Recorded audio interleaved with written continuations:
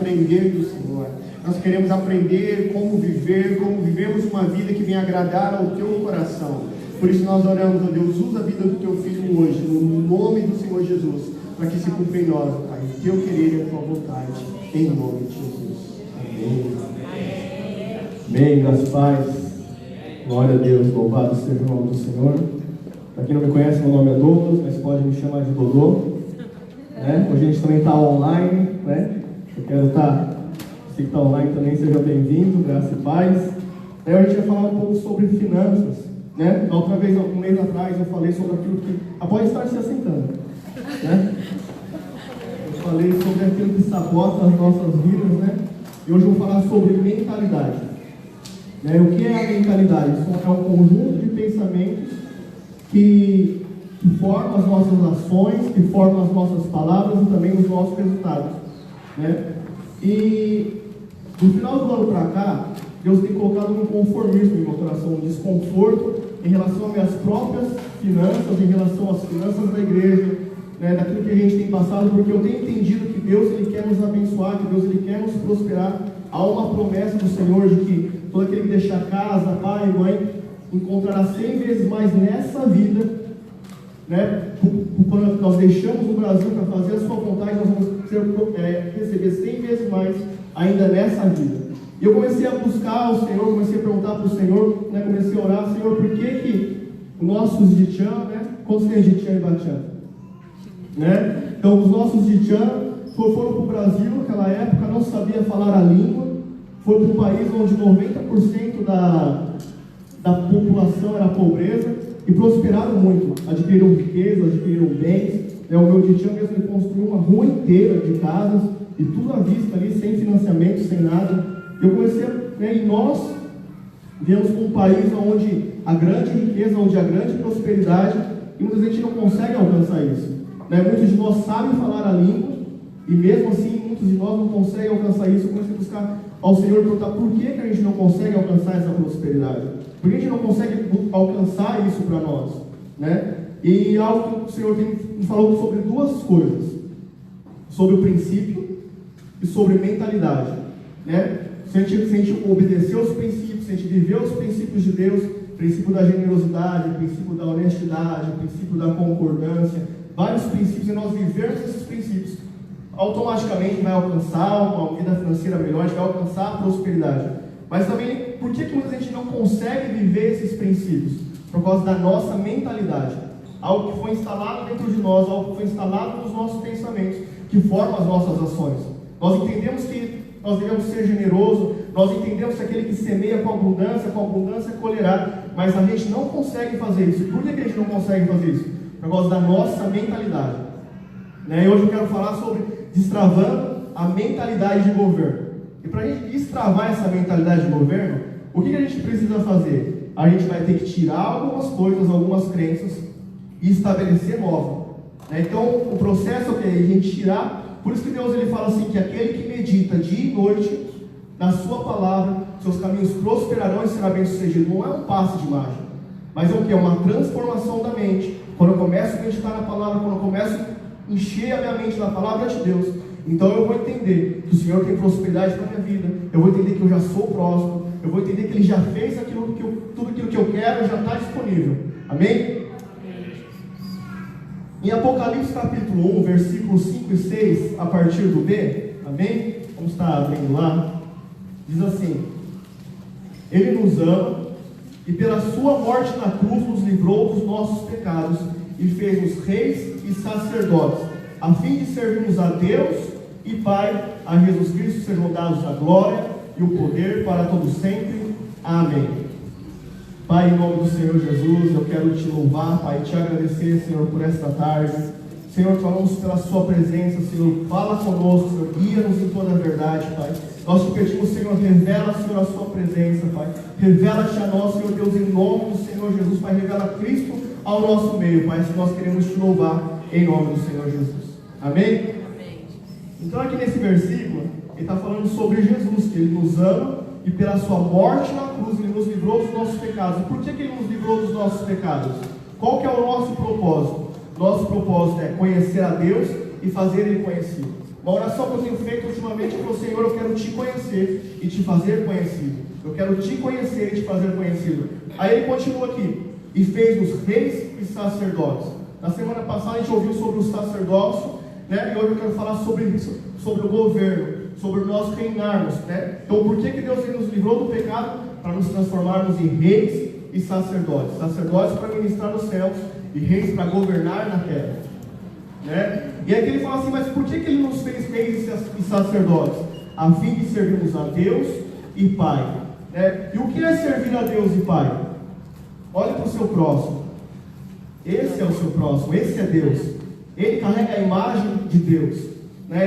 Ela é uma face de Deus. Então, servir a Deus e o próximo é servir o próximo. Servir a Deus e Pai é servir o próximo. Uma vida de transbordo, uma vida de desfrute. Amém? Então,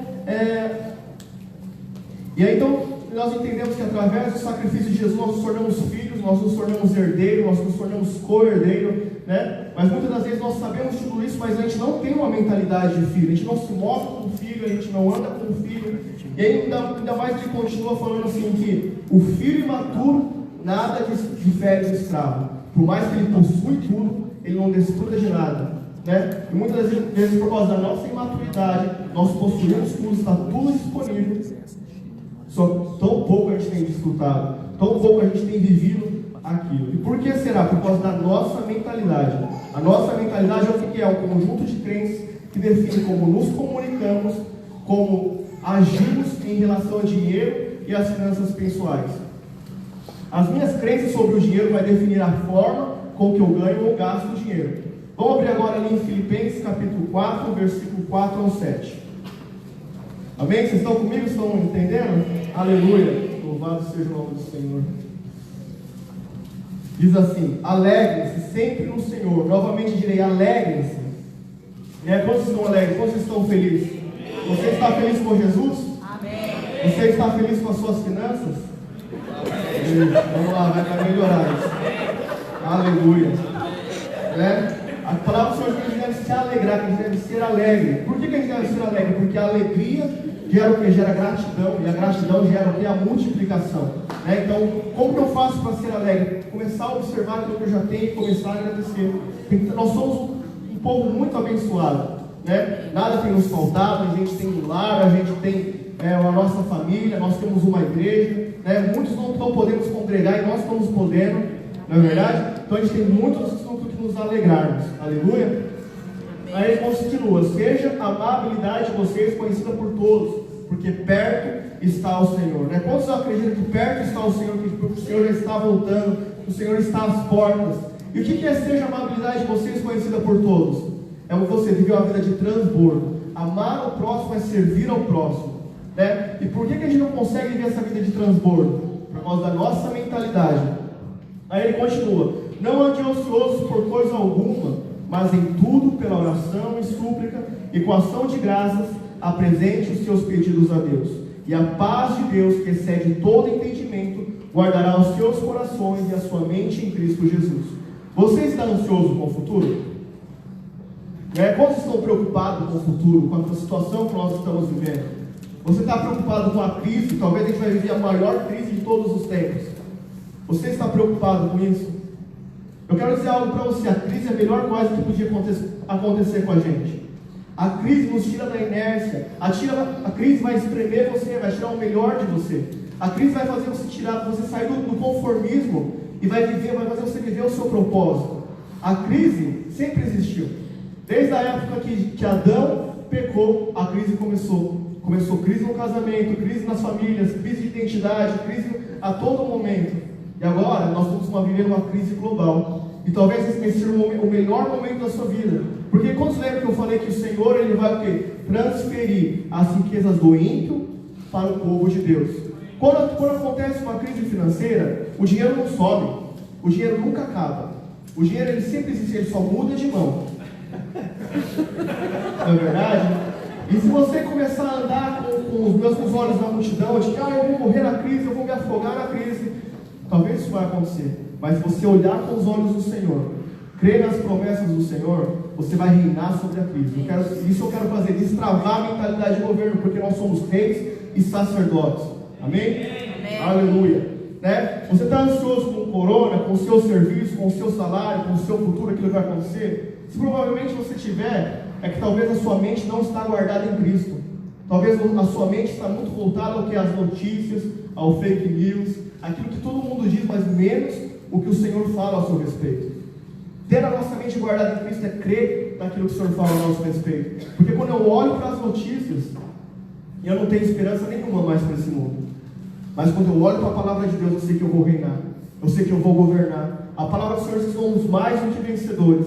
A palavra do Senhor diz assim, que assim como disse o irmão, agindo Deus, quem nos impedirá? Se o Senhor é por nós, quem será contra nós? Na verdade, o Senhor é conosco, o Senhor nos enviou nessa nação. Para quê? Para esse tempo de agora. Você está no tempo certo, na hora certa. Existe uma riqueza dentro de você que precisa sair para fora, em nome do Senhor Jesus. Amém? E aí, o que a gente continua? Como você se enxerga que você vai chegar no final do ano? Como você se enxerga? Né? Ou como você deseja? Você deseja ter quantos milhões de ienes na sua conta no final do ano? Porque o que ele fala assim? Que nós devemos levar, não andar ansioso, mas orarmos, levar em oração e súplica, em ação de graça, apresentar os nossos pedidos. Qual é o seu pedido que você tem levado a Deus? O que você tem orado para Deus? Como você quer chegar no final do ano? O que você quer alcançar financeiramente? Né? Todos nós temos algo. Por exemplo, se eu quero alcançar até o final do ano 6 milhões de ienes. Aí ele fala assim, ele continua: e a paz que excede todo entendimento, guardar o seu coração e a mente em Cristo Jesus. Para mim ter a paz que excede todo entendimento, eu tenho que abrir mão de entender. Eu falo, Senhor, eu quero 6 milhões na minha conta no final do ano. Aí automaticamente o cérebro faz puf, mas como?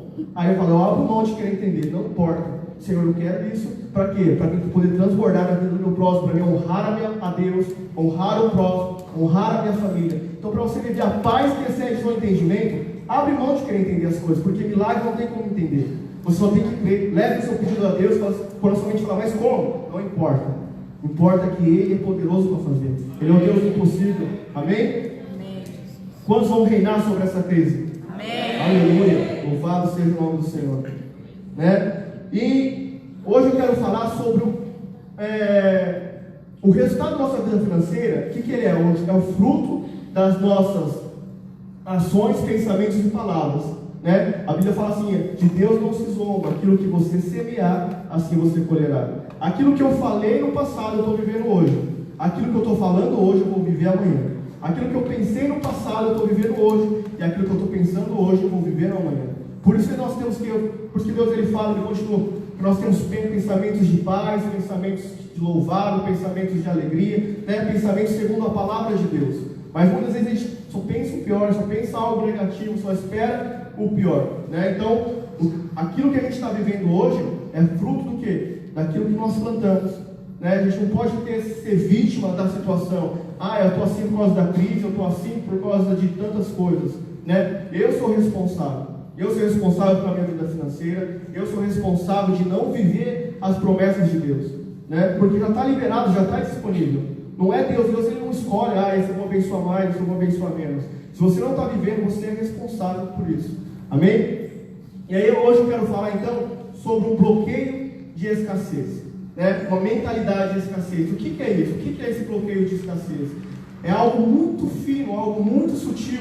É como um fermento, né? Se tiver uma pitadinha disso na sua crença, ela vai mudar toda a sua vida financeira. Ela vai mudar toda a sua maneira de pensar em relação ao dinheiro, em relação a negócios. Uma pitada esse pensamento, dessa crença, ela vai mudar a maneira como você vai se lidar com o dinheiro. Ela vai mudar o seu destino, ela vai mudar muitas das vezes a sua família e o seu propósito.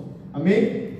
Então, o bloqueio de escassez, o que é? São crenças limitantes e traumas em relação ao dinheiro. Uma crença que afirma que não existe dinheiro suficiente para todo mundo. E esse pensamento dá origem a medo, disputa por dinheiros e bens materiais. Sendo assim, as pessoas acreditam que precisam lutar para ter dinheiro. Um pouco de conforto, assim surgindo a deslealdade e a desonestidade, né? Esse bloqueio de escassez é algo muito sutil, né? E como que ele é formado na nossa vida? Muitas vezes pela cultura, muitas vezes pela nossa família, pelos noticiários, né? Todo momento a gente está programando a nossa mente. Desde a hora que a gente nasce até a gente está programando a nossa mente. Então, nós nascemos numa cultura onde havia escassez, onde havia pobreza, né? Então a gente acha que talvez essa mentalidade foi impregnada em nós. Né? Se a gente cresce ouvindo que o dinheiro é sujo, né? Talvez você vai olhar na sua carteira e não tem dinheiro, porque isso foi instalado, o dinheiro é sujo, eu não posso ter dinheiro. Né? Se você tem essa mentalidade, isso tudo está gravado no nosso subconsciente, está gravado na nossa mente, e a nossa mente ela quer nos proteger. E se esse fermento, se essa pitada de que o dinheiro é mal estiver ali, talvez a gente nunca vai conseguir alcançar esse dinheiro. E ela é também formada pela família, pelos noticiários e acontecimentos. É tudo aquilo que a gente lê de notícias, a gente lê no Facebook, ela está formando a sua mente. Você pode ver quando você começa a ler, você começa a ouvir crise, que o mundo vai piorar, que as coisas vão piorar, que vai haver falências, isso está formando a sua mente. Ela está reprogramando a sua mente. Amém? E geralmente, esse bloqueio é instalado entre os 6 aos 12 anos na nossa infância. E muitas vezes pelos nossos pais. Muitas das vezes pela nossa própria família. Né? Não porque eles fazem com maldade, mas porque eles também não sabiam. Né? E isso acaba sendo instalado. Né?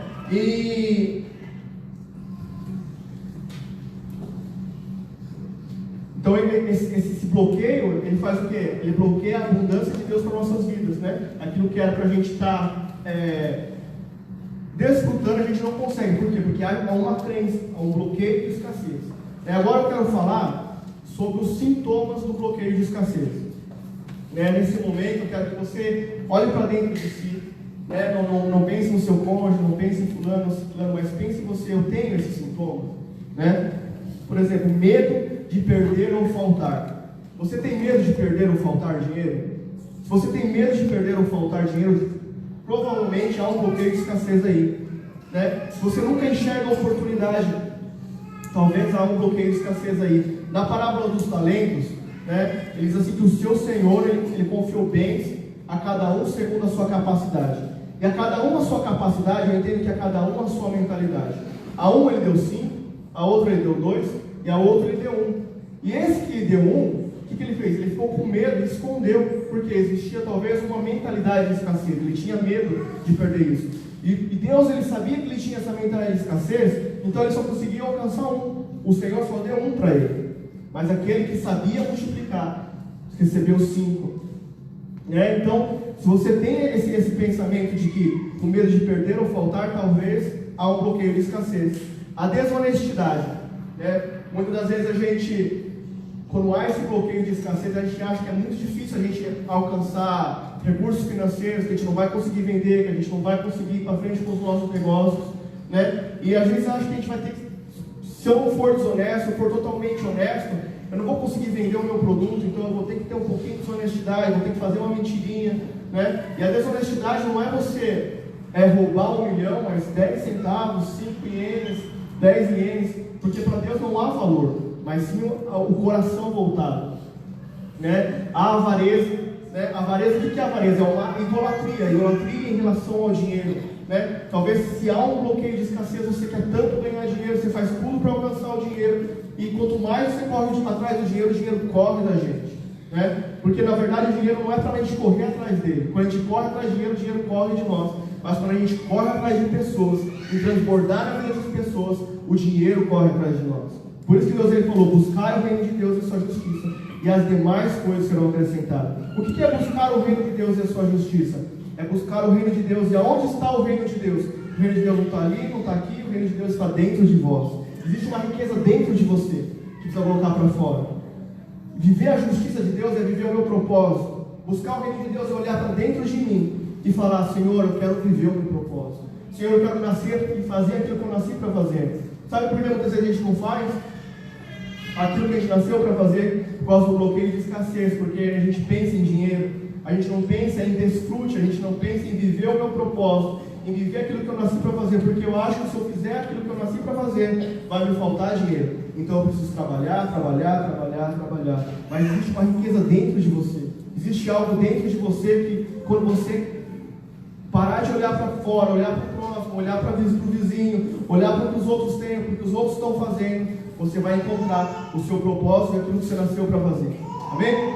E aí, um outro sintoma é Você acredita que ninguém tem dinheiro, que não existe dinheiro suficiente para todo mundo, né? Eu sempre converso com todo mundo, eu vejo um potencial na vida da pessoa, eu sempre entendi que o meu propósito é potencializar dons e encaminhar o propósito. Sempre eu vejo dons na vida da pessoa e falo, por que você não faz isso? Faz isso, faz isso. E a pessoa fala, não, ninguém paga, ninguém tem dinheiro, nós somos num momento de crise, não dá, não tem como fazer, eu tenho medo disso, medo daquilo. Mas talvez se a gente enxerga que não há dinheiro para todo mundo, então às vezes há uma escassez em nós, né? Porque há escassez em Deus. Deus é escasso. Alguma vez você já viu na Bíblia Deus se alegrar com a pobreza, Deus, escassez em Deus? Não há escassez em Deus. Deus é muito pelo contrário, Ele é abundante. Ele falou assim, eu vim para que tenham vida e vida em abundância. E uma vida em abundância é uma vida de transbordo. Eu transbordar a riqueza de Deus que já está dentro de mim. Você já é rico, já existe uma riqueza dentro de você. Você só ainda não encontrou aí dentro. Porque a gente está muito olhando para o lado de fora. A gente está olhando para o meu vizinho, para o nosso próximo, para o pecado do outro, para outras coisas. Mas quando você começar a olhar para dentro de você e falar, Senhor, eu quero fazer aquilo que eu nasci para fazer. Eu quero reinar. O Senhor falou que eu sou rei e sacerdote. Eu quero fazer. Amém? E aí, Jesus disse, eu vim para que tenham vida e vida em abundância. Na multiplicação dos pães, ele diz que ele multiplicou os pães e as pessoas comeram até se fartarem, ainda sobrou 12 cestos. Porque Deus, Ele é assim, tudo que Ele faz abundante. Ele não quer te dar só o necessário. Ele não quer que você tenha só o necessário. Por isso que eu falo que essa mentalidade de escassez, ela é como um fermento, né? Jesus ele falou assim, cuidado com o fermento dos fariseus e com o fermento de Herodes.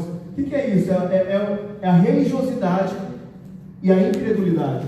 Muitas vezes por causa da religiosidade, você acha que é louvável ser pobre, você acha que é a santidade nisso, que a escassez é a santidade, mas Deus não tem nada a ver com a escassez.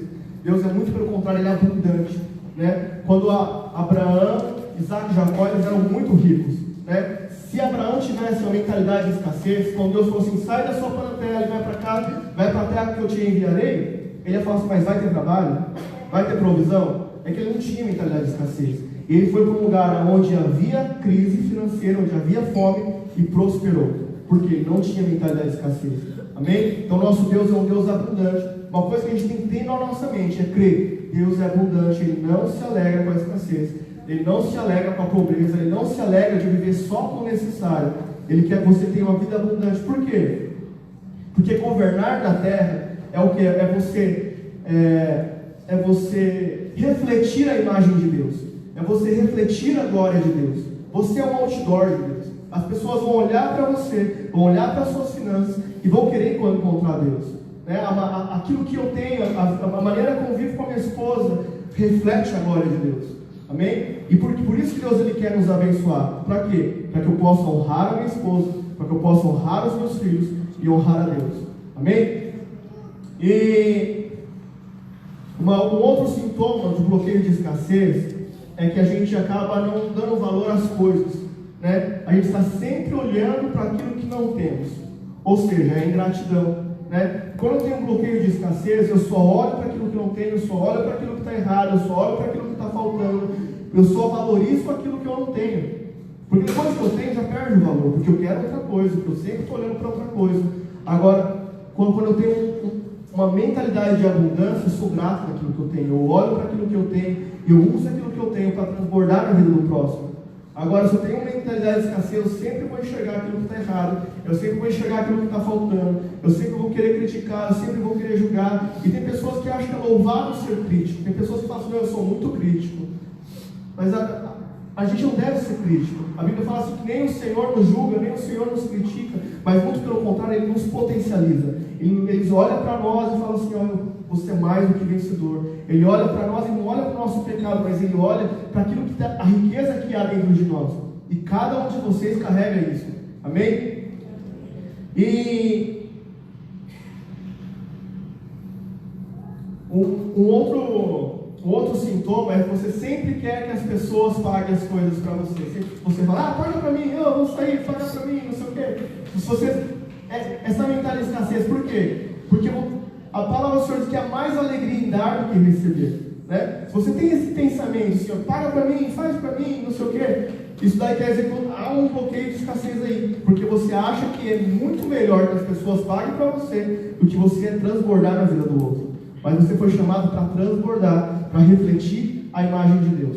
Amém? E o over é você sempre estar competindo. Sempre vejo meus concorrentes como um adversário, não como parceiro. E há uma concorrência desleal. Né? Isso não só financeiramente, não só no comércio, mas também até mesmo ministerialmente. Né? A gente sempre está competindo. Por quê? Porque eu acho que aquilo que eu tenho não é o suficiente, então eu quero competir, porque senão ele vai roubar o meu lugar. Mas eu quero dizer uma coisa: aquilo que é seu é só seu, ninguém toma. Aquilo que é seu, aquilo que nasceu para você, ninguém toma. Né? Até mesmo se for um negócio, não existe concorrência. Por quê? Porque você já tem os seus clientes. Você vai ter clientes que eles se identificam com você, vai ter pessoas que só vai querer comprar com você, vai ter pessoas que vai ser você que vai poder cuidar e transformar. Então aquilo que é seu, mas por causa dessa mentalidade de escassez, a gente começa a competir, a gente começa a querer conquistar as coisas que não é nossa. Amém? Vocês estão entendendo? Amém. Aleluia. Né? E não... Quando a gente tem outro bloqueio de escassez, outro sintoma, a gente não quer ensinar com medo que tome o nosso lugar. Né? Assim acontece muitas das vezes com receita. Né? A pessoa tem uma receita, ela fala: não quero ensinar para ninguém, porque senão vão descobrir a receita. Mas eu quero falar algo para você. Você pode passar toda a receita. Eu nunca vou conseguir fazer igual a você, porque você tem algo especial. Né? Você tem, eu sou horrível na cozinha. Eu não sei fazer nada na cozinha. Eu costumo falar que quando faço campo noodles, eu deixo queimar o campo noodles. De tão ruim que eu sou na cozinha. Né? E você sabe por que a gente não consegue dizimar? Sabe por que a gente não consegue ofertar? Por causa desse bloqueio de escassez. Né? O que é o dízimo? O dízimo é o meu grito de liberdade. É a minha atitude de liberdade para dizer: o Senhor é o Senhor das minhas finanças. O dinheiro não me governa mais. Então quando eu passo a dizimar, eu falo: Senhor, o Senhor é o Senhor das minhas finanças. Eu não vou mais ser governado pelo dinheiro. Então aquele medo de faltar, aquele medo de que eu não vou ter dinheiro vai embora, porque eu coloco a minha confiança nele. Dizimar é uma atitude de libertação. Todo mês eu preciso dizimar. Pelo menos é a maneira como eu vejo. Eu dizimo porque eu preciso dizer para mim mesmo que o dinheiro não me governa mais. Todo mês eu tenho que lembrar para mim mesmo e dizer: o dinheiro não me governa mais. Né? Mas também há uma promessa do Senhor. Por que Ele quer que a gente dizime? Porque Ele quer ser Senhor das nossas finanças. Ele quer derramar sobre você bênçãos tamanho tal que você não vai ter onde guardar. Né? Só que quando a gente tem uma mentalidade de escassez, a gente não enxerga a recompensa. A gente só enxerga o que vai faltar. Aí você fala: não vou dizimar, porque se eu dizimar vai me faltar dinheiro, aí eu não vou poder comprar isso, aí eu não vou poder fazer aquilo, porque você não visa a recompensa, você visa só o que não vai faltar, só aquilo que você não tem. E assim também com a oferta. Por que eu não consigo ofertar com alegria? Eu sei, quando sabe que aquele que semeia com abundância, colherá abundante? Quando sabe? Quando sabe que aquele que, tudo que nós ofertarmos, Deus vai multiplicar 30, 60, 100 vezes mais? Né? Todos nós sabemos. Mas por que a gente não consegue fazer isso? Por causa da mentalidade de escassez. Existe algo muito sutil, muito pequeno, que está dentro de nós, que faz com que a gente muitas vezes não creia na palavra de Deus. Né? Então, por isso a gente não tem alegria de ofertar, não tem alegria de transbordar na vida do próximo, porque isso foi instalado em nós. Né? E a gente está sempre murmurando, não gosta de pagar imposto, a gente não gosta de pessoas ricas, né? Porque a gente acha que não é certo uma pessoa ter muito e a outra pessoa ter pouco. Né? E por que a gente está sempre murmurando? Por quê? Porque a gente só olha para aquilo que está faltando, a gente só olha para aquilo que está errado, e a murmuração faz o que? Ela abre portas para o inimigo agir na nossa vida. A murmuração, o que é? Uma reclamação, é você clamar de novo aquilo que está errado, é você viver de novo aquilo que você não está gostando. Então você está reclamando, você está murmurando. Né? E uma coisa que eu quero dizer para você, a melhor coisa do mundo é pagar imposto. Você tem que amar pagar imposto. Porque se você não amar pagar imposto, a sua mente ela vai te defender do imposto. E você nunca vai prosperar. Por quê? Porque quanto mais eu ganhar, mais eu vou pagar imposto. Então, se você não gosta de pagar imposto no pouco que a gente ganha, como a gente vai alcançar milhões? Como que a gente vai começar a ganhar milhões? Quanto será que a Honda paga de imposto? Quanto será que o Bill Gates paga de imposto? Então, a partir de hoje, você tem que falar para você mesmo: eu amo pagar imposto. Pagar imposto é a melhor coisa do mundo. Porque se isso não entrar dentro de você, você nunca vai aumentar o seu salário. Por quê? Porque pagar imposto é o resultado daquilo que o Senhor tem nos abençoado. Então, se eu cresço, eu amo pagar imposto, eu vou começar a pagar imposto cada vez mais, cada vez mais, cada vez mais. Isso quer dizer que eu vou ganhar cada vez mais. Amém? Você consegue dizer: eu amo pagar imposto? Eu amo pagar imposto. Aleluia, glória a Deus. Fale isso todos os dias para você mesmo. Mude a sua mentalidade. A prefeitura está dando parte. Ou seja, você não consegue viver uma vida abundante de bênção, né? Você não consegue viver uma vida de transbordo, porque acha que vai sempre faltar. Existe algo dentro de nós, que nem eu, nem os pastores, nem ninguém vai conseguir transmitir. Só você tem. Só você. Cada um de vocês carrega uma face de Deus. Cada um de vocês carrega algo que vai destravar essa nação. Cada um de vocês. Só que devido a esse bloqueio de escassez, a gente não consegue pôr isso para fora. Mas hoje a gente vai destravar a mentalidade de governo. Amém?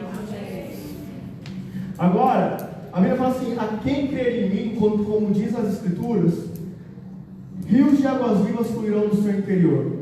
Né? O que isso quer dizer? Quando nós cremos em Jesus, essa riqueza que está dentro de nós, ela tem que fluir. Rios de águas vivas fluirão do meu interior. Mas se eu não deixo fluir a riqueza que Deus colocou em nós, o que acontece? A água fica parada, o rio fica parado.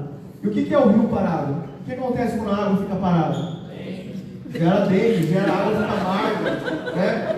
E aí vem o desânimo, aí vem todas as coisas. Por isso que tem que deixar fluir esse rio. Talvez você vai falar: mas eu cheguei agora na igreja, eu não sei de muita coisa. Não é sobre igreja, não é sobre religião. É sobre aquilo que grita no seu coração. É sobre aquilo que você gosta de fazer, aquilo que você faz sem esforço, aquilo que é um hobby, aquilo que a gente começa a conversar e você não para de falar disso. Todo mundo que eu converso, eu já começo a falar de finanças. Já quero começar a ensinar finanças. É algo, né? Então, tem pessoas que gostam de desenho, tem pessoas que gostam de tantas coisas. Então, começa a transbordar isso, começa a colocar para fora. Não tem nada a ver com religiosidade, não tem nada a ver com religião. É de você fazer aquilo que você gosta. Isso é transbordar o rio. Transbordar. Você carrega algo. Amém? E agora eu quero falar de onde vem esse bloqueio, né?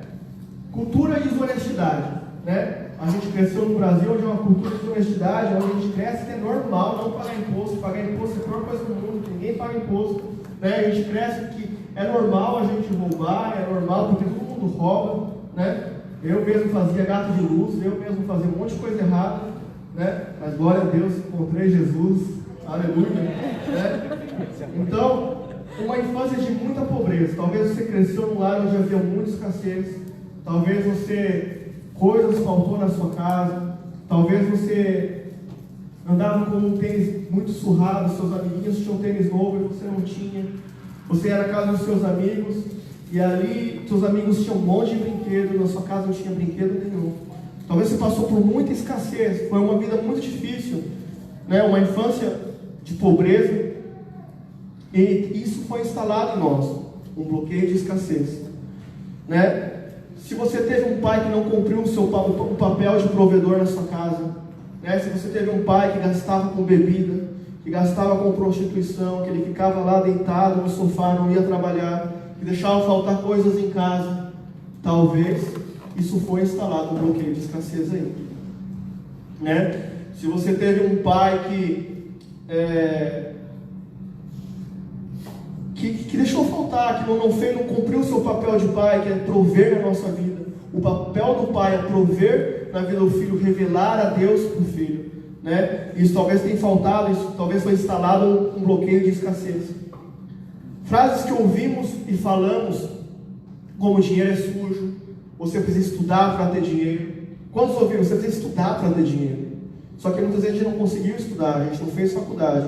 E porque isso está instalado na nossa mente, talvez a gente nunca vai alcançar dinheiro, se a gente não arrancar essa crença, né? Então, ganhar dinheiro é difícil, né? Talvez você ouviu que o dinheiro não nasce em árvore, né? Então talvez tudo isso foi instalado na sua mente, que realmente é muito difícil ganhar dinheiro, você precisa fazer muito esforço para ganhar dinheiro, e é muito pelo contrário, né? O Senhor, por que Deus criou o homem no sexto dia? Deus criou o homem no sexto dia porque tudo aquilo que ele precisava antes, a comida, o ar, tudo que ele precisava, ele criou antes. Para quê? Para que o homem desfrutasse. Então ele criou tudo aquilo que você precisa antes, para que você desfrutasse. E por que depois veio o sétimo dia? Porque é para a gente ver uma vida de desfrute, uma vida de descanso, né? Só que o homem quer trabalho. O homem pecou e o que ele recebeu como castigo? Trabalho, não é verdade? Mas Deus tem para nós uma vida de descanso. O que é uma vida de descanso? Não é que você não deve trabalhar, mas você deve trabalhar segundo a riqueza que Deus colocou dentro de você. Existe um dom dentro de você.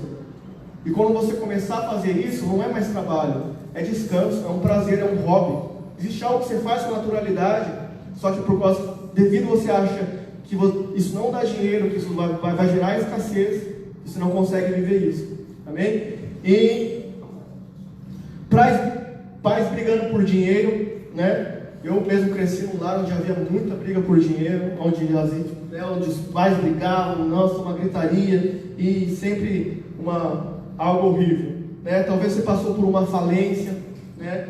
E aí instalou um bloqueio de escassez, onde você criou um trauma em você, né? Humilhação, né? Se você passou uma humilhação por dinheiro, você acha que o dinheiro é mal. Se você tiver um pensamento que o dinheiro é mal, que é devido ao dinheiro que há divórcio, por causa do dinheiro que pessoas vão para as drogas, por causa do dinheiro que as pessoas brigam, então você nunca vai conseguir alcançar o dinheiro, porque o seu cérebro quer te defender disso, né? Como que instalou esse bloqueio em nós? Abandono por dinheiro, né? Se a gente foi deixado no Brasil né, e os nossos pais vieram para o Japão para alcançar dinheiro, talvez nós fomos abandonados lá, instalou um bloqueio de escassez, porque a gente acha que para a gente alcançar dinheiro, para a gente alcançar a provisão, a gente vai ter que deixar as coisas mais importantes das nossas vidas, as coisas que a gente mais amamos. É tão difícil de ganhar dinheiro que eu vou ter que deixar pessoas que eu amo para ganhar dinheiro, né? Então acaba instalando esse bloqueio.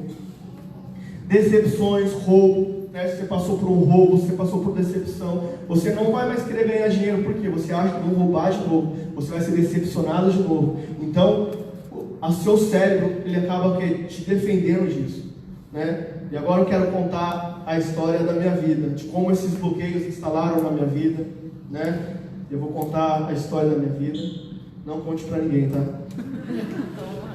Amém? Brincadeira. Né? Então, eu cresci num lar onde havia muita abundância, né? Meus pais, eles tinham mercado, né? Eu lembro que quando fechava o mercado, a gente ia lá contar o dinheiro, eles colocavam naqueles potes de 2 litros, né? E todos lembram aqueles potes de 2 litros de sorvete redondo de plástico, chifre, né? E ali era cheio de dinheiro enrolado no elástico, e a gente ficava contando dinheiro, ajudava a contar o dinheiro, falando, nossa, quanto dinheiro. E aí a gente continuou ali com o mercado, tudo, eu fui crescendo. Aí minha irmã começou a fazer a faculdade de odontologia, né? E aí quando eu fiz 18 anos, eu falei para o meu pai, eu quero fazer faculdade também, eu queria fazer medicina, eu queria ser médico. E aí ele falou, não tem nada a ver isso, não sei o que, você não vai conseguir, né? E é muito caro, eu já estou pagando para sua irmã e não tem como pagar para você.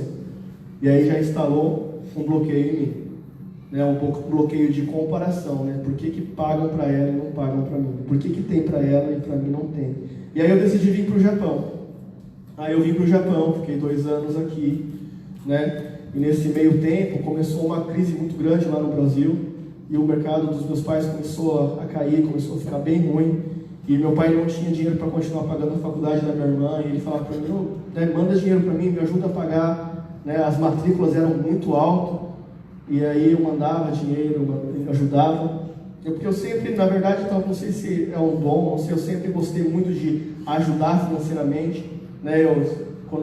Eu sempre andava com um bolso cheio de dinheiro, na época meus pais tinham mercado, e eu pagava as coisas para tudo para meus amigos, eu nem sabia o que eu estava fazendo, né?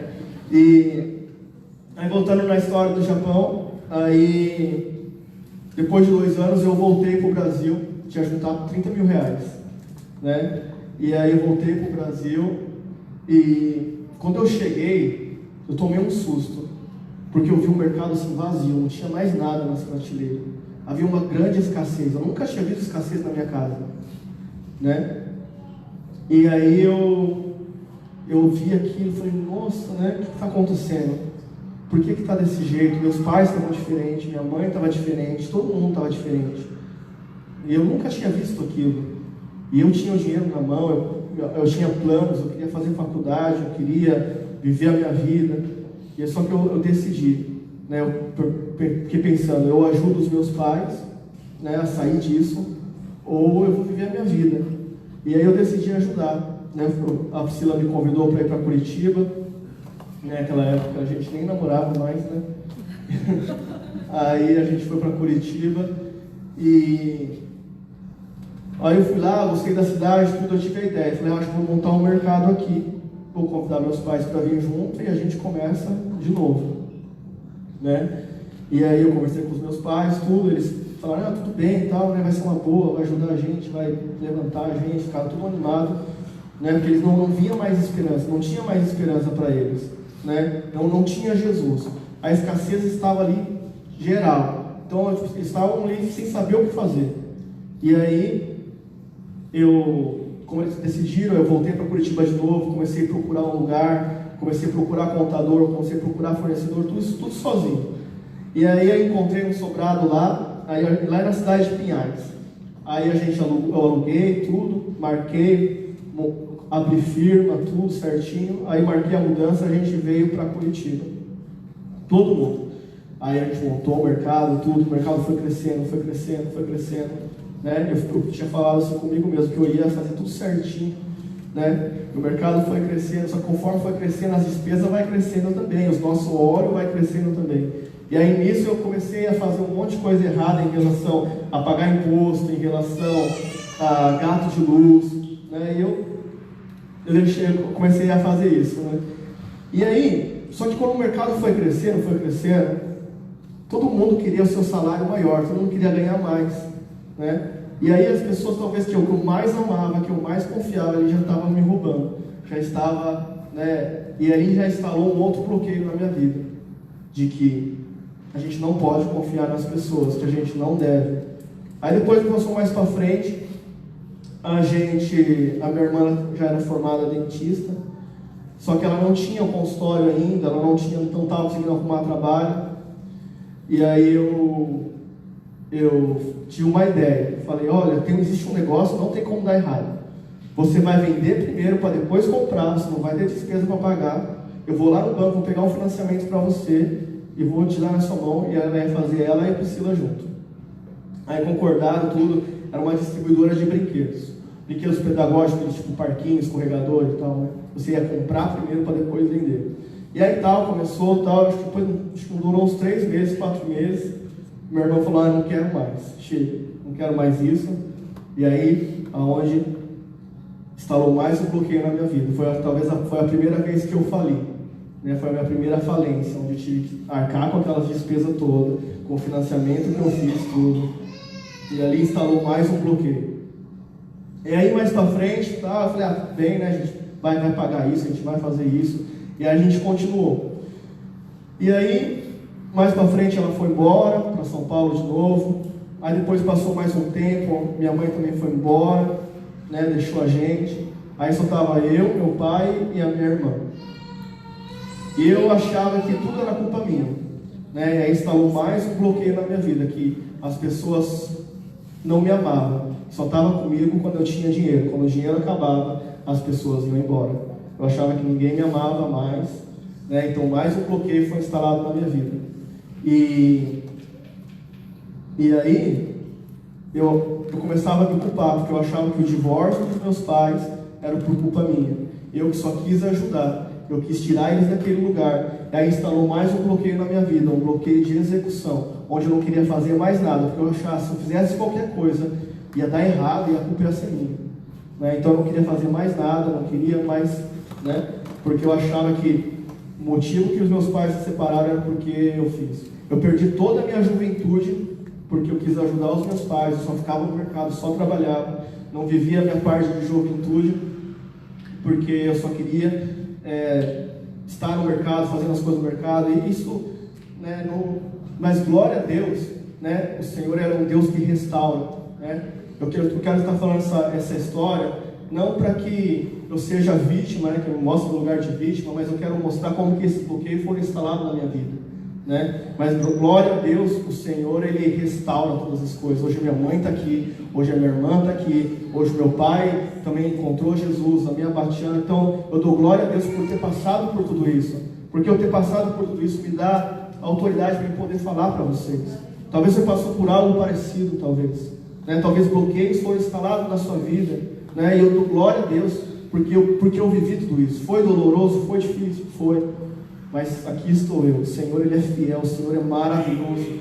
Jesus é lindo, Jesus é aquele que liberta, Jesus é aquele que restaura. Amém? E agora, eu quero te falar como a gente vai desbloquear isso, como a gente vai arrancar essa mentalidade de escassez, né? A primeira coisa que a gente deve fazer é reconhecer que eu tenho um bloqueio de escassez, né? Você tem que olhar para dentro de você e falar: eu tenho esse bloqueio de escassez. Você precisa reconhecer. Segunda coisa, você precisa não se conformar. Eu não me conformo mais de viver uma vida escassa. Eu não me conformo mais de viver essa pobreza. Eu não me conformo mais de viver numa terra onde emana leite e mel, onde há grande riqueza, e não desfrutar disso. Eu não me conformo mais de ver minha esposa cansada. Eu não me conformo mais. Eu cresci num lar onde a minha mãe não trabalhava e ainda tínhamos empregada. Senhor, eu quero viver isso aqui. Eu não quero mais viver a minha esposa cansada, tendo que trabalhar, cuidar de casa, cuidar dos filhos, porque eu creio que Deus tem isso para nós, né? Então eu não me conformo com isso. Então, primeiramente, o que a gente vai fazer? Reconhecer. A segunda é não se conformar. Não se conforme com a vida que você está tendo. Não se conforme com a crise que vai vir. Não se conforme com a sua vida financeira, com a sua atual situação financeira, porque a sua atual situação financeira não é a sua realidade. A sua realidade é o que a palavra de Deus diz. A palavra de Deus diz que nós somos reis e sacerdotes para governar na terra. Amém? Amém. E um outro passo que a gente deve fazer é perdoar, né? A gente vai ter que perdoar. Só que a gente entende errado muitas vezes em relação ao perdão. O perdão, ele não é para ser pedido. O perdão, ele é para ser ofertado, né? E talvez isso foi tão instalado na nossa vida, na nossa infância, que eu sei disso, e às vezes eu quero ensinar o meu filho a ofertar perdão. Eu sempre falo: vai lá e pede perdão, vai lá e pede perdão. Mas na verdade a gente deve falar: vai lá e oferta perdão. A gente tem que ensinar a ofertar perdão.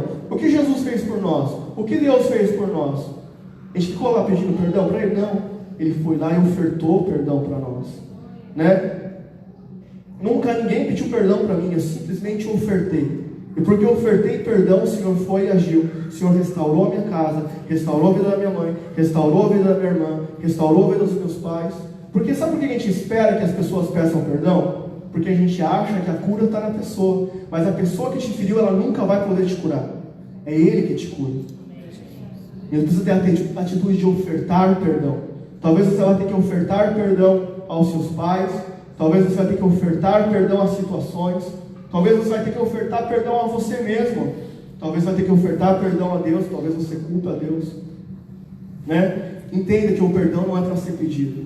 O perdão é para ser ofertado.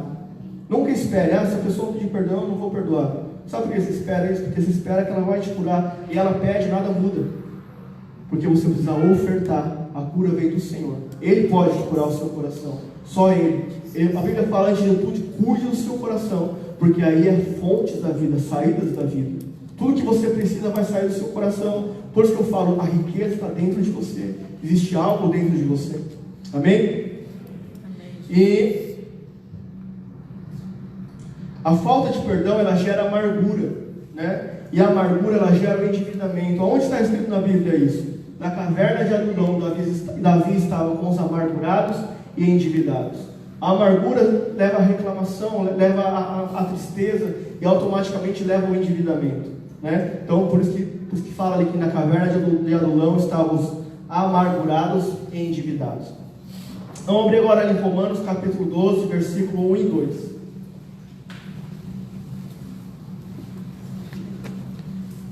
Portanto, irmãos, rogo-vos pelas misericórdias de Deus que se ofereçam em sacrifício santo e agradável a Deus. Este é o culto racional de vocês. Não se conformem com este mundo, mas transformem-se pela renovação da sua mente, para que sejam capazes de experimentar e comprovar a boa, agradável e perfeita vontade de Deus. Quantos querem viver a perfeita vontade de Deus? Amém. Aqui Paulo ele grita e suplica pelas misericórdias de Deus. Ele está gritando que nós devemos o quê? Renovar a nossa mente, transformar a nossa mente, porque Deus ele não transforma a nossa mente, né? Deus ele libertou o povo de Deus da escravidão do Egito, mas não conseguiu tirar a mentalidade do povo, e por isso ele nunca conseguiu entrar na terra de Canaã, por causa que eles viviam segundo a mentalidade de escravo. Por que Moisés nasceu no palácio? Ele cresceu no palácio, porque um escravo não pode libertar outro escravo. Ele precisava da mentalidade de rei, da mentalidade de príncipe, para libertar o seu povo.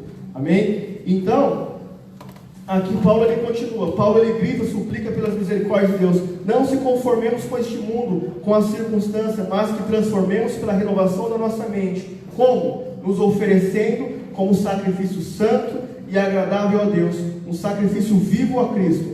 Por que ele fala que devemos nos oferecer como sacrifício vivo a Deus, um sacrifício racional? Porque antigamente era oferecido um animal morto, um animal irracional era oferecido, porque até um animal irracional ele foge do fogo, mas nós não.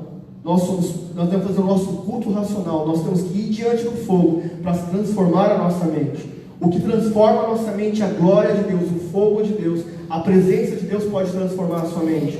Por isso que Deus ele chamou o povo de Deus para subir ao monte, né? E quando o povo de Deus chegou diante do monte, ele viu aquela fornalha, aquele ficou com, né? Aquele fogo todo, eles ficaram com medo. Falou: fale Deus com você, Moisés, mas não fale conosco para que morramos. Porque toda vez que você entrar dentro do fogo, você vai morrer.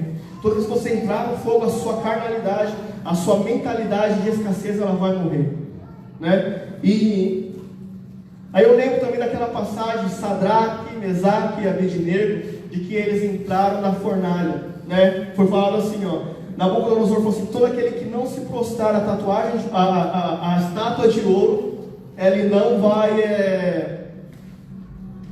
ser queimado na fornalha. E aí o que eles falaram? Falou assim: ó, eu não vou me prostrar. E quando se fala na estátua de ouro, quer dizer em relação ao dinheiro, né? Você vai se prostrar diante do dinheiro ou você não vai se prostrar diante do dinheiro? E aí ele fala assim: ó, se eu tiver que viver, eu vivo, se eu tiver que morrer, eu morro, mas eu não me dobro mais ao dinheiro. Eu não me dobro mais nessa situação. E aí o que eles fizeram? Eles entraram na fornalha. E quando eles entraram no meio do fogo, eles tiveram um encontro com Jesus. E quando eles saíram do fogo, eles foram promovidos. Eles receberam o lugar de governo. Amém? E Romanos capítulo 5, versículo 17. Nós já estamos acabando. Diz assim: a morte reinou sobre muitos, por meio do pecado de um único homem. Ainda maior, porém, é a graça de Deus, e a sua dádiva de justiça. E todos que recebem reinarão em vida, por meio de um único homem, Jesus Cristo. Aqui a palavra do Senhor está nos dizendo que por meio de um único homem a morte reinou. E por meio da graça de Deus, da dádiva da justiça, todos os que receberam essa graça reinarão em vida. Quantos reinarão em vida? Amém? Você decide reinar em vida, é uma coisa que você tem que decidir: eu decido reinar em vida. Eu decido viver uma vida de governo. E aí, para você reinar, você precisa governar. Governar primeiramente a sua mente, os seus pensamentos. Para você reinar, você vai precisar enfrentar os seus gigantes. Quais são os seus gigantes? Talvez o medo, talvez a procrastinação, talvez a incredulidade. Você vai ter que enfrentar gigantes do seu passado. Amém? Eu quero estar convidando a igreja a se colocar de pé. Eu estou convidando o pessoal do louvor.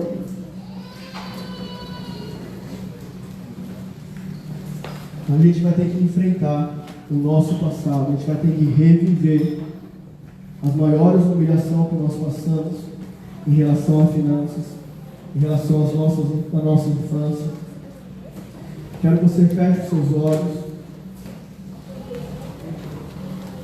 Feche os seus olhos. Respire fundo. Eu quero que você se lembre da maior humilhação que você teve em relação às finanças. Eu quero que você se lembre de tudo aquilo que você passou na sua infância. Tudo aquilo que você te faltou, a maior humilhação que você passou. Se talvez você teve uma falência, se talvez você passou alguma vergonha, se talvez você viveu uma vida escassa. Eu quero que você comece a lembrar disso. Feche os olhos. É algo que só você pode fazer, eu não posso fazer por você. Esse é o seu momento, é a sua hora. Como eu disse, não se conforma. Eu reconheço que eu tenho um bloqueio de escassez. Eu reconheço isso na minha vida, eu não me conformo. Eu não me conformo mais de viver isso. Enfrente os gigantes do seu passado. Enfrente. Oferte perdão.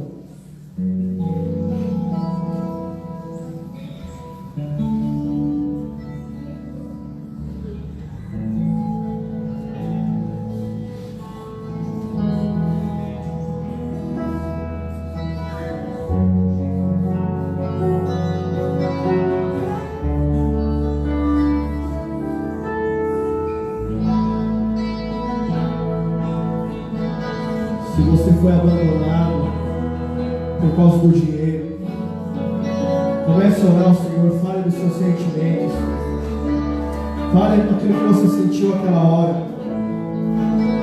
oferte perdão, fala: Senhor, eu decido perdoar, Senhor, eu decido perdoar essa situação, Senhor. Ore ao Senhor. Pai, em nome do Senhor Jesus, Espírito Santo de Deus, Espírito Santo de Deus, vem sobre nós. Vem sobre nós, Espírito Santo de Deus. Vem, Senhor, e nos leva, Senhor, à nossa infância. Nos leva, Senhor, de novo, Senhor, Deus, a viver, Pai, a enfrentar os nossos gigantes, ó Senhor, porque nós reinaremos em vida. Nós reinaremos, Senhor Deus, em nome de Jesus. Nós somos, Senhor Deus, em nome de Jesus, reis e sacerdotes. E para nós governarmos, Senhor, você vai ter que enfrentar os seus gigantes. Enfrente os seus gigantes. Enfrente. Para eu decido perdoar. Eu oferto perdão em nome de Jesus. Em nome do Senhor Jesus. Glória ao Senhor. Aleluia. Em nome do Senhor Jesus. Aleluia. Aleluia. Toda honra, toda glória.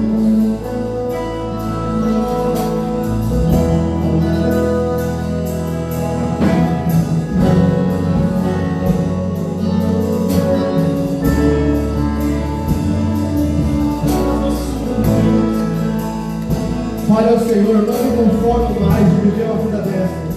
Eu não me conformo com a escassez. Eu não me conformo com a escassez. Eu renuncio a escassez na minha vida. Eu ordeno fora toda a escassez na minha mente.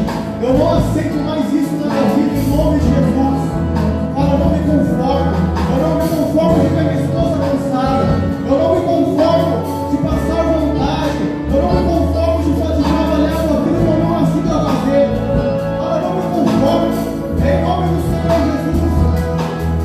Você tem que enfrentar, você tem que lutar. Fala: eu não aceito mais isso na minha vida. Em nome do Senhor Jesus. Em nome do Senhor Jesus, não me conformo mais.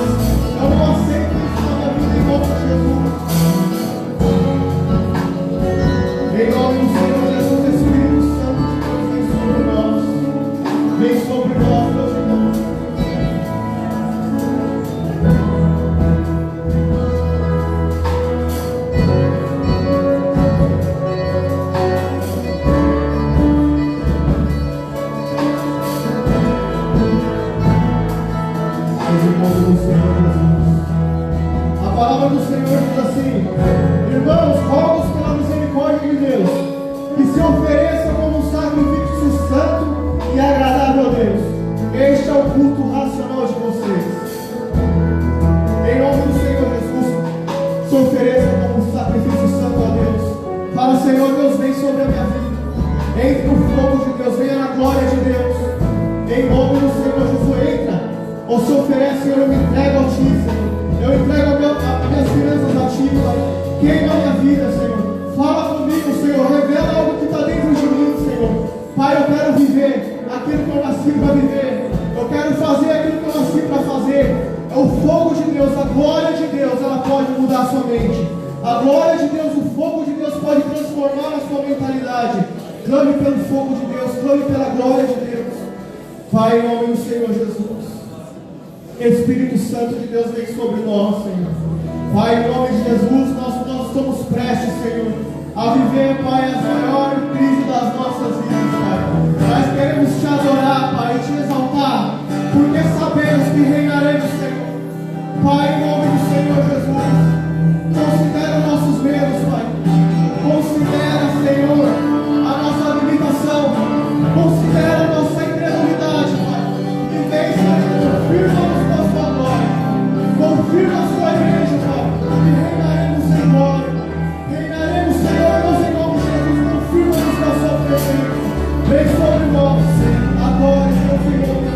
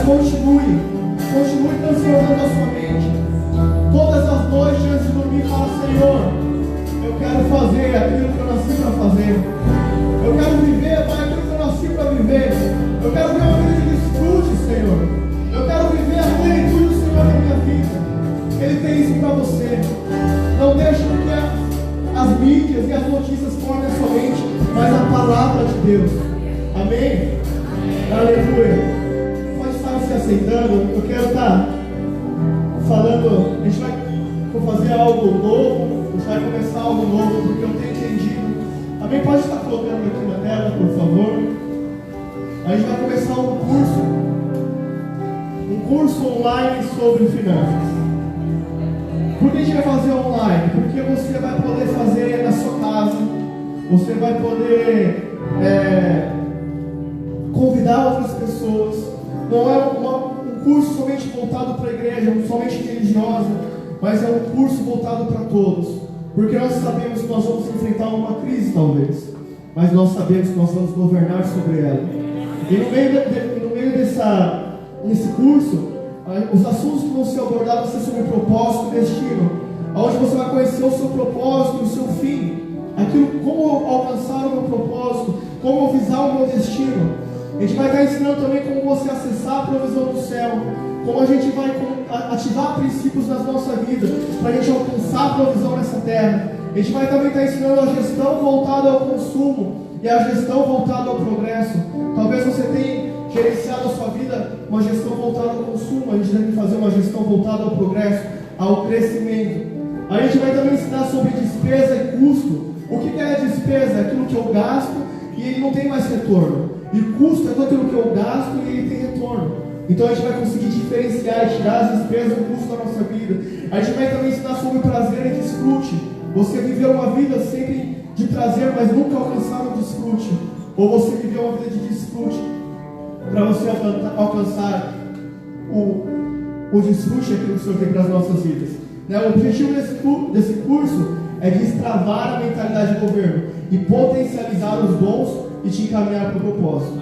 Esse é o propósito desse curso, Vai ser a partir de todas as quinta-feiras, às 8h57.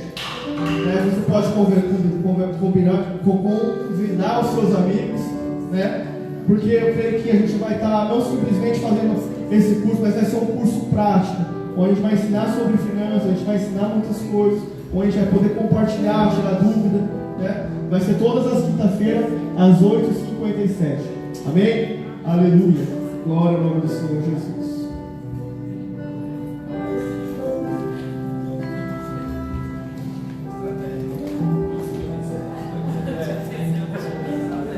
Amém, glória a Deus. Sejam pontual, amém? 57 é por causa, às vezes, da falta da pontualidade, Amém? A palavra de Deus fala assim, nós vamos estar ofertando ao Senhor agora, em Êxodo capítulo 25, verso 1 e 2. Diz assim: disse o Senhor a Moisés: fala aos filhos de Israel que me tragam oferta de todo homem cujo coração mover para isso. Deles receberei a minha oferta. É interessante que Deus ele criou o céu e a terra, Ele criou tudo. E aqui Ele dava para construir um templo. Você concorda comigo que Deus poderia criar um templo? Deus poderia criar um templo como Ele criou todo o resto. Só que Ele nos dá a oportunidade de sermos participantes daquilo que Ele está fazendo. Então, Ele vai provar a nossa mentalidade. E aí Ele fala assim: tragam uma oferta para vocês também participarem naquilo que nós vamos fazer aqui na terra. Mas tragam uma oferta aquele que o coração se mover a isso. E ali Deus já poderia ver quem tem limitação a respeito das finanças e quem teria um coração livre para adorar a Deus. Ele não obrigou que todo mundo trouxesse, mas Ele deu a oportunidade de a gente participar daquilo. Eu imagino que nem todo mundo participou. Eu imagino que talvez foram poucos os que participaram. Mas a palavra de Deus fala que foi tanto a arrecadação que Moisés teve que falar: pode parar de trazer, porque já tem o suficiente e está sobrando. Os poucos que talvez levaram a sua oferta, eles tinham um coração confiando em Deus, sabendo que Deus era capaz de suprir toda a necessidade deles.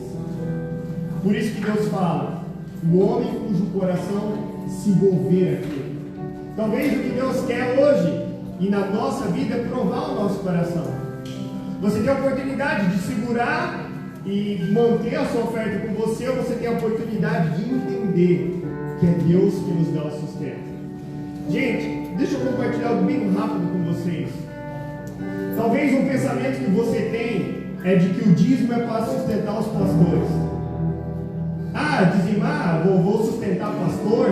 E talvez a dificuldade que você tem de dizimar na casa do Senhor é porque o bloqueio que tem dentro de você é que se você dizimar, você vai sustentar o pastor. E deixa eu falar para você, isso é uma verdade. E deixa eu falar uma outra verdade para você, isso está na Bíblia.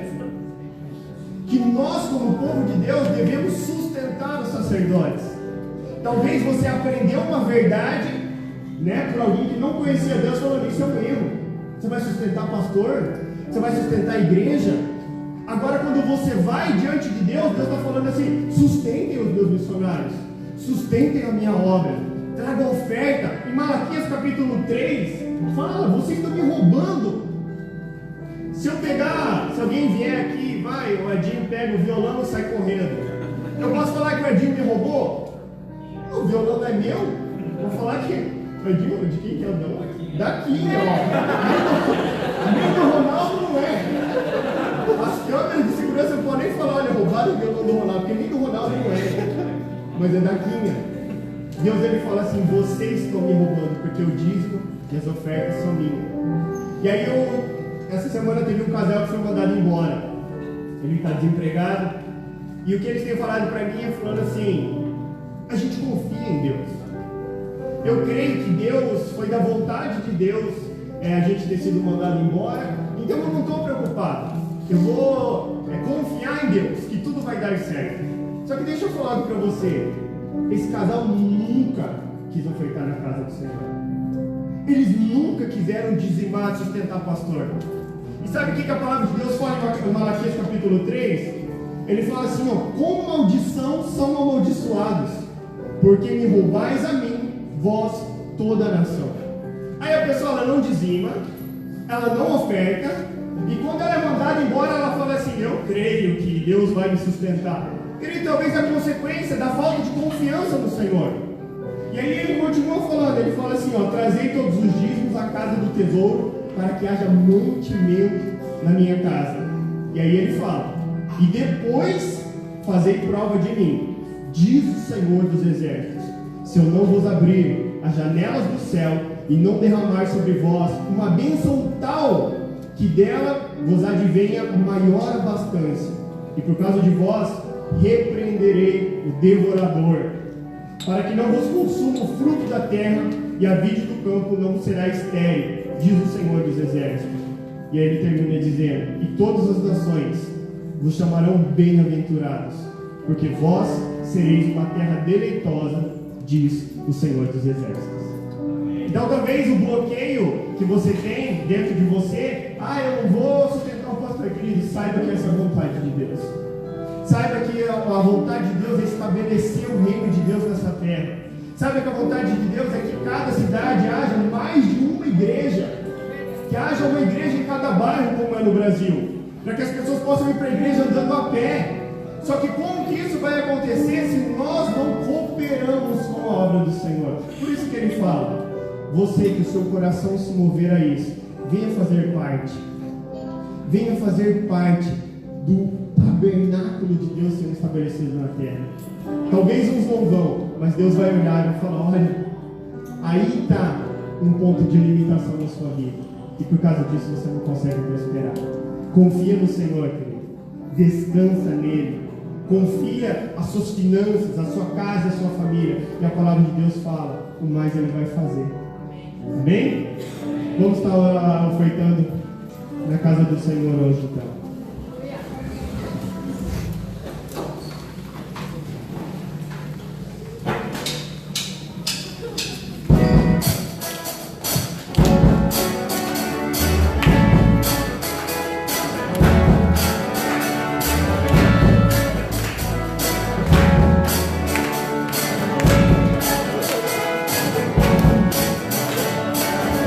Quando for a cabeça, me seguirá.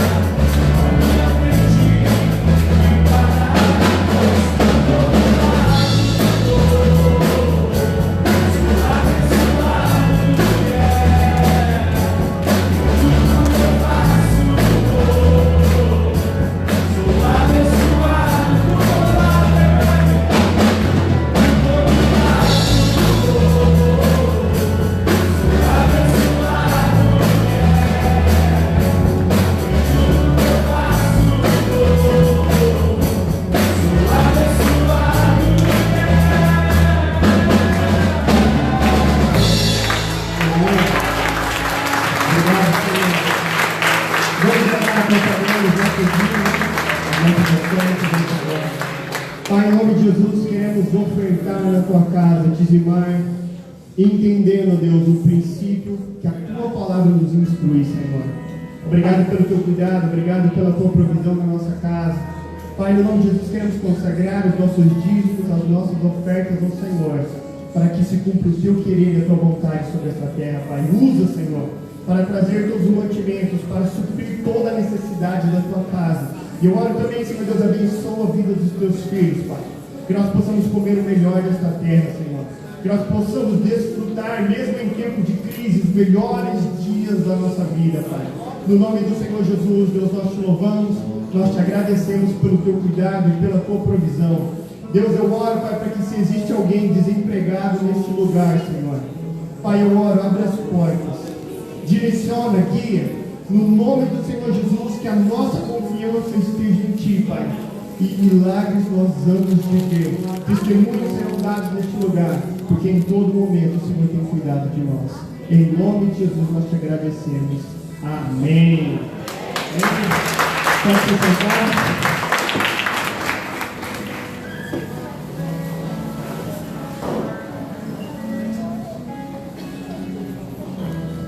Vamos preparar os avisos. Achei.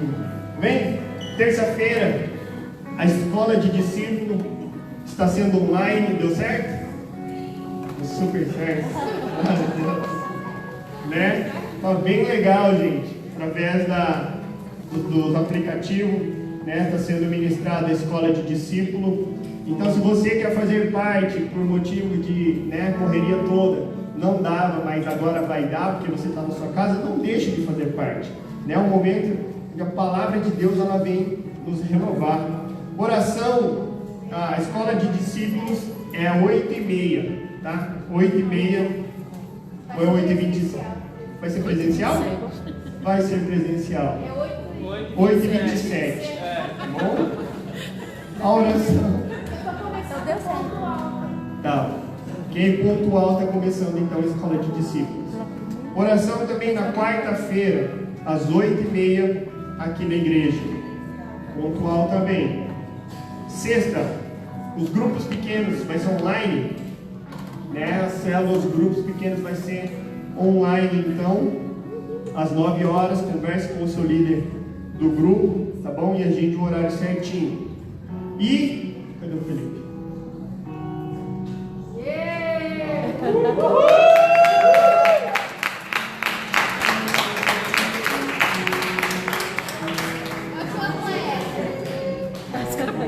Amém? Paz a todos.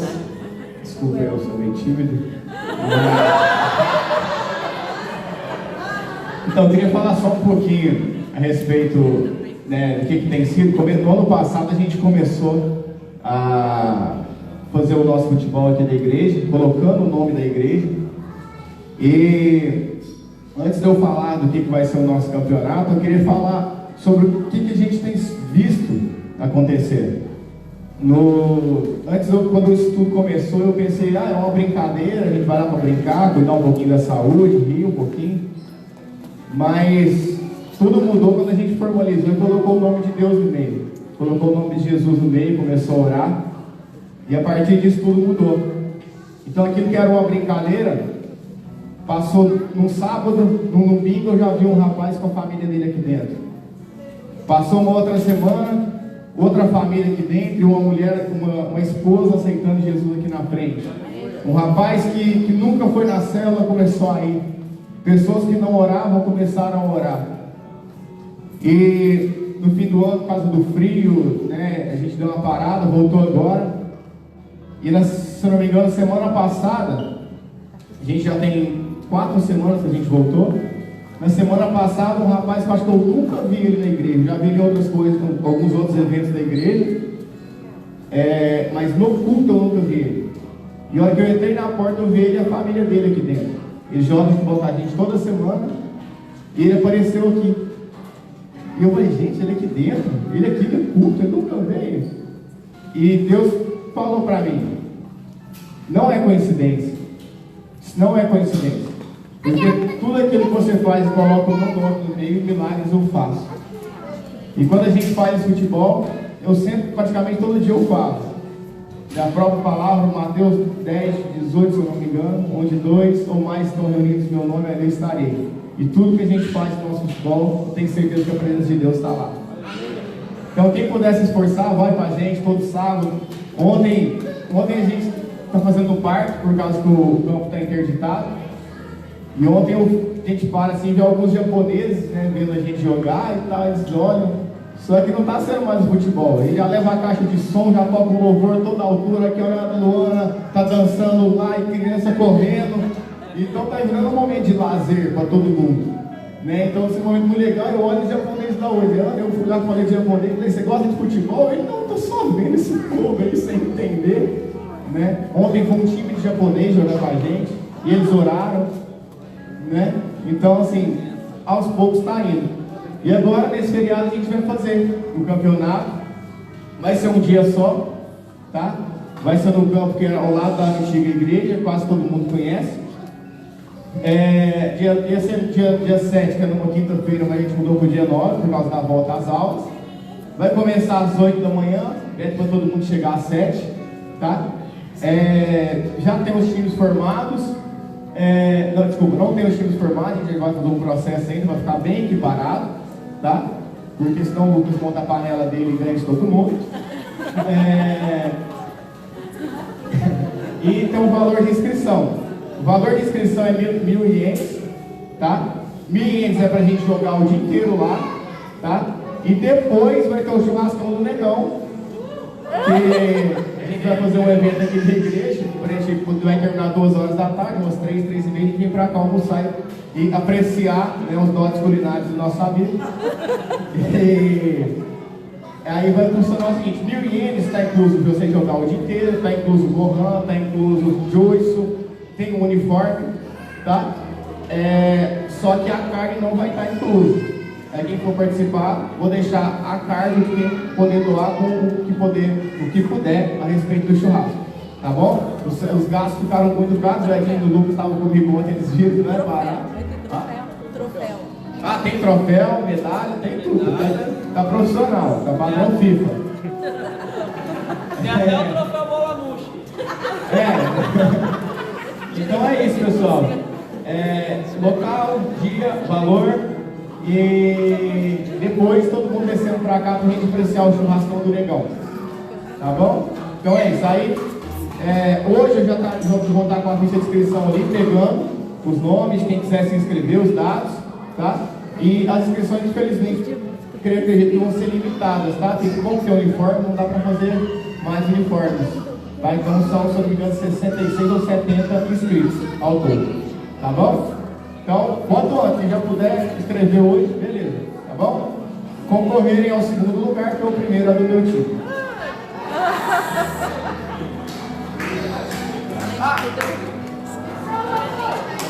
Pessoal, e o campeonato Copa Missão Apoio de futebol, não é masculino, tá? As meninas vão jogar lá também, menina, quem quiser, não tem limite de idade. As meninas vão, Stephanie joga e dá um baile em todo mundo lá. Tá? Só a criança pequena que não, tá? Porque o pessoal chuta forte, tem uma coisa que tá perigoso machucar, tá bom? Aí, unissex, quem quiser ir, tá convidado, só os pequenininhos. A gente vai, lá no parque tem parquinho, tem espaço para eles brincarem lá, então leve sua família, leve seus filhos, todo mundo, quem quiser, tá todo mundo convidado. Para você ir lá, você não paga nada, tá bom? E no domingo que vem, nosso culto de Santa Ceia, 5 horas aqui na igreja, então. E hoje vai estar sendo vendido bolo salgado e salada de fruta. Tá? O bolo salgado com a salada de fruta é 500 ienes. Eu não sei onde está, vai estar por aí em algum lugar. Acho que está ali atrás. Tá bom? 500 ienes, bolo salgado e a salada de fruta.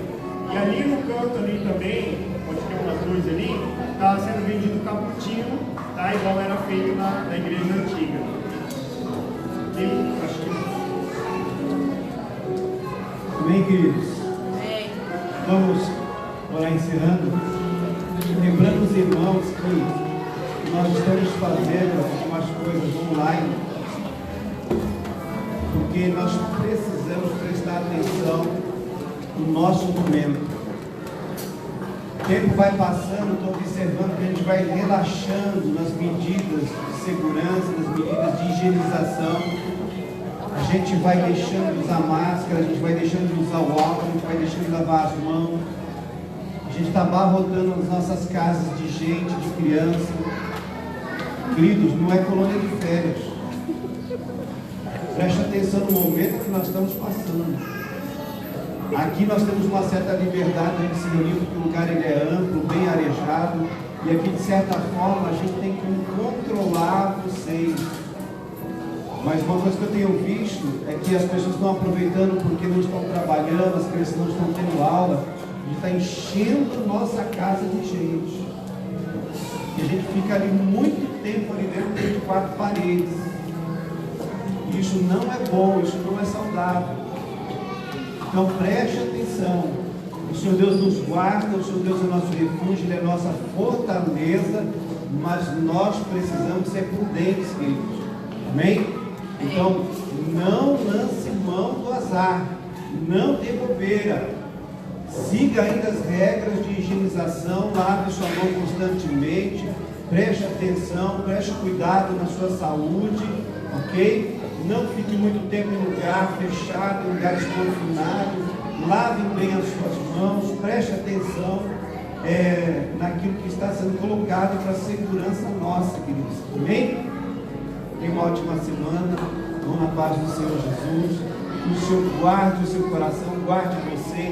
E nesses dias de muita incerteza, você esteja escondido em Deus, você esteja guardado em Deus, porque só o Senhor Deus é o nosso refúgio. Só Ele é a nossa fortaleza, só Ele pode suprir cada uma das nossas necessidades, querido. Coloque o seu coração, descanse o seu coração, descanse sua mente na palavra de Deus, na oração, no louvor. É tempo agora da igreja estar escondida em Deus, em Cristo Jesus, queridos. Amém? Pai, obrigado por esse tempo. Pai, nos leva em paz, nos leva em segurança, nos guarda, nos preserva de todo mal, Senhor. Que a tua mão esteja sobre nós, nos guiando neste tempo, Senhor, como luz das nações, Senhor. Pai querido, nós oramos pedindo que a tua mão e a tua graça, Senhor, esteja sobre nós, nos abençoando nesses dias, ó meu Pai, nos prosperando dentro da tua vontade, nos prosperando dentro do teu querer, Pai. Pai querido, essa é a nossa oração, e que o Senhor guarde os nossos sentimentos, que o Senhor guarde a nossa mente em paz, em segurança em Cristo Jesus, que o nosso coração possa repousar e descansar diante da tua presença. Esta é a nossa oração, Senhor, no nome precioso de Jesus. Que a graça do Senhor Jesus, o amor de Deus e a comunhão do Espírito Santo repouse sobre cada um nesse lugar. A igreja do Senhor Jesus diz: Amém.